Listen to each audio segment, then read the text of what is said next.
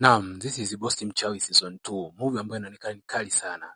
Movie inaanza kitu kinatua hapa chini, mara mguu unashuka, hatujui ni nani. Naam, ila anaonekana ni kama bosi fulani hivi. Anapiga simu. Sasa nimewadia. Akimwambia mshikaji hapa kuwa tunaelekea kuzimu. Muda wa kuelekea kuzimu umefika. Kadesh, ni hatari. Mwamba akaondoka. Naam. Mara ghafla macho yanatoka. Sielewi hii ni nini? Haya bwana, sio kesi. Nikwambia kwamba usubscribe. Mambo bado ni ya moto. Mara tunamwona kijana huyu hapa. Anaonekana amepitia mateso makali sana. Akiteseka, akilia. Dunia hii ya moto, binadamu sio wabaya. Sijui kimemkuta nini. Ngoja tuendelee kufuatilia. Pengine kuna kitu kibaya kimempata. Haya, okay. Tupo pamoja. Nilikwambia usahau kusubscribe. Mambo bado ni ya moto. Vipande vyote utavipata. Haya, tuendelee. Huku maybe ndio kuzimu. Mara ghafla tena tunamuona upande wa pili akiwa amelala. Pembeni ipo mchungaji na mshikaji. Huyu mama pembeni sijui ni nani. Tuendelee kuangalia, pengine tutajua. Mara ghafla wakaendelea kuulizana maswali. Nini kinaendelea? Lakini mchungaji aliona amwite mshikaji pembeni. Wakatoana nje. Mama alikaa chini akihuzunika sana. Nahisi kuwa atakuwa ni mama wa mtoto. Mara ghafla mchungaji anamuuliza, "Wewe una uhakika huyu mtu ni mzima?" Mwamba akasema, "Inawezekana huyu mtu amemchukua kiroho." Naam, nini kifanyike? Walijadili bila kupata matumaini. Aliuliza, "Sasa tunafanya nini?" Mwamba alijibu, "Kwangu mimi sijui, pengine labda tujibu kuomba ili kuona kama anaweza kuamka." Mchungaji alipata wasiwasi kweli, inaweza kuwa huyu mtu ni marehemu. Haya, upande wa pili hapa tumeona mshikaji akiwa anachezea simu, akiwa hana shida yoyote, ana haraka, ana discuss mambo yake. Mara ghafla kuna kitu kinatokea mbele yake. Gadesh, huu ni uchawi wa namna gani? Mwamba huyu hapa. Ghafla alimwambia ni muda wa kuelekea kuzimu. Mwamba alishtuka, kweli? Tunaelekea kuzimu? Nini? Ati kuzimu? Ndio. Mwamba kuamini macho yake. Mara ghafla kwa mdada anatokea kwenye TV. Hii movie inaonekana ni kali sana. Baba, subscribe, usiache kusubscribe. Mambo bado ni moto. Katoka mtu kwenye TV, mara ghafla alipotea wote wawili. Mwamba alibakia peke yake. Haelewi moja wala mbili. Ningekuwa mimi ningejichimbia kaburi nikaingia hapo hapo huo muda nikapotea. Mambo ni hatari. Okay, tuame upande mwingine. Haya. Sijajua kijana kama shamka. Huyu hapa bado amelala chini. Mchungaji na rafiki yake wakawa discuss nini cha kufanya ili kijana amke. Anamuuliza mtoto ana siku ngapi hapa? Mama anasema kadondoka tu, haijulikani ni muda gani amekaa hapa chini. Mchungaji anasema anaahidi kuwa atamsaidia. Kijana wake atakuwa sawa na ataamka. Lasha, wataangalia utaratibu mwingine. Lakini mwamba hakufeli. Alienda milimani kwa ajili ya maombi kumwambia nani? Kijana huyo aliyedondoka. Hatujui kama ni mapepo au uchawi unaomsumbua. Okay. Mara ghafla kuna kitu kinatokea hiki hapa. Sijui ni mzimu. Nahisi atakuwa malaika wa heri. Amemfuata mama hapa. Mara mama anashangaa kuna mtu yuko mbele yake. Akimwambia, "Mwanao anasumbuliwa na nguvu za giza. Hivyo basi, tunakushauri tumpeleke kwa mganga ili akapate matibabu." Lakini mama alishtuka akajiuliza, matibabu gani tena kwa mganga? Mwanangu yupo sawa. Huyu ni mama mchungaji. Mama mchungaji alimshauri kwamba tumpeleke kwa mganga ili akapate matibabu. Baada ya kupata matibabu tutajua nini kinafanyika.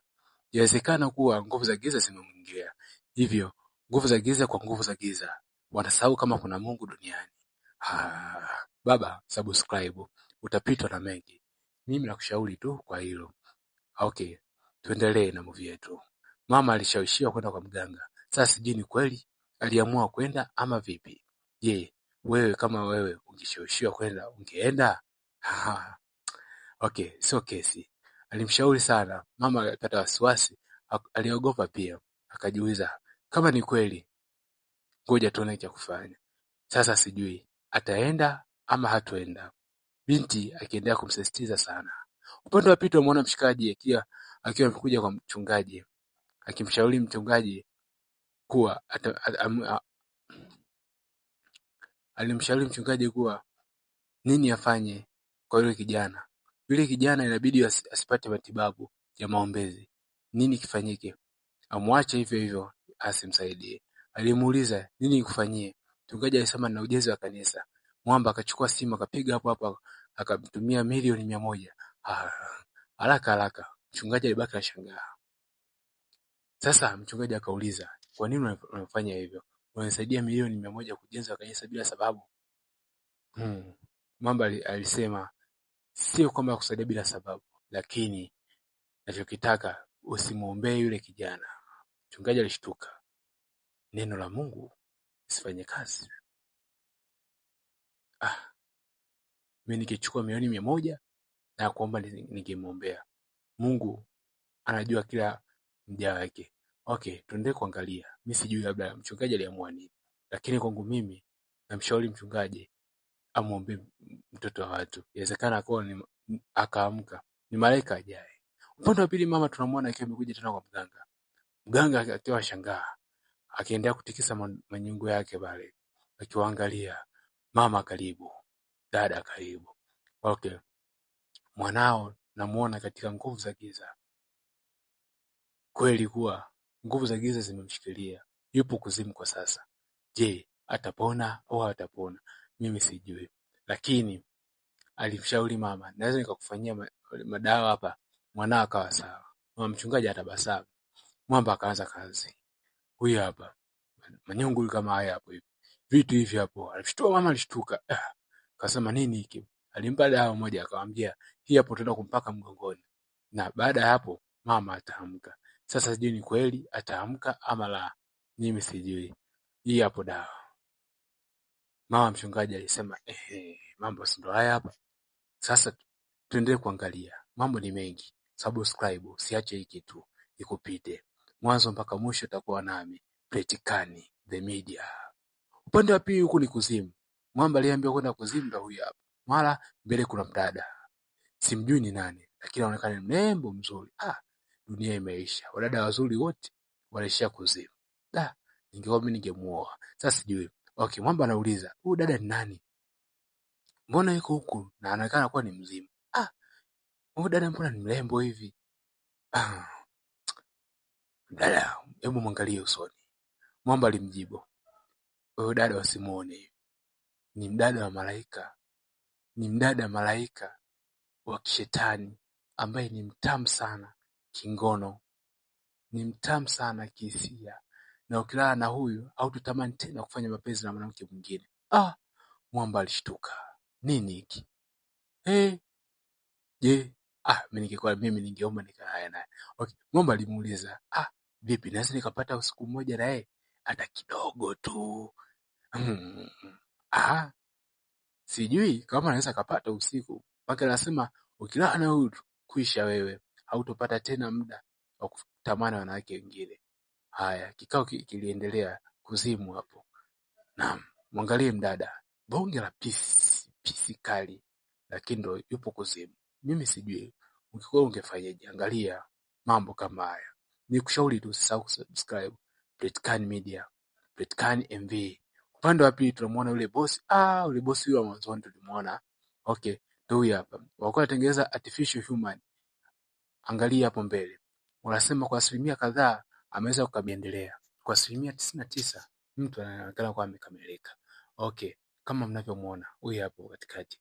Wanasema kuwa tumefanikiwa kumwezesha akiwa anapumua na maendeleo mengine. Mara ghafla mbele yao akatokea mtu akimwambia kuwa RK ameamka. Sasa sijui RK ni nani.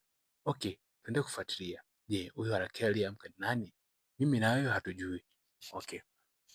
Kuwa nami mwanzo mpaka mwisho Petikani. Ukiwa na shida ya movie Bosi Mchawi, search Petikani, atakuletea moja mpaka mwisho tutakapoishia. This is a Petikani Media. Mchungaji akiwa anaendelea. Huyu ni yule ambaye tulimuona akiwa pamoja na mchungaji. Maombi akiwa amekaza, akisali kwa hisia sana. Milimani alifunga, mara ghafla kijana akadondoka. I say huku mbona kunatisha hivi? Nini? Mara kuna mtu anaonekana amekufa miaka na miaka, mara kuna mkono wa mtu.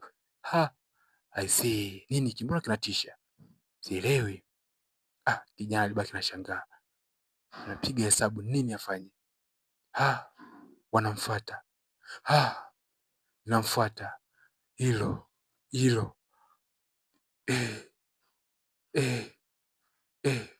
Nini hiki?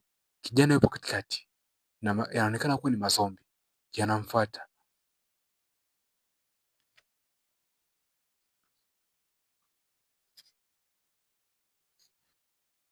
Okay, je, wajua leo tunamaliza na swali na nitaomba unijibu. Je, wajua kama Zuchu ni mjamzito? Na je, ujauzito ni wa nani? Na je,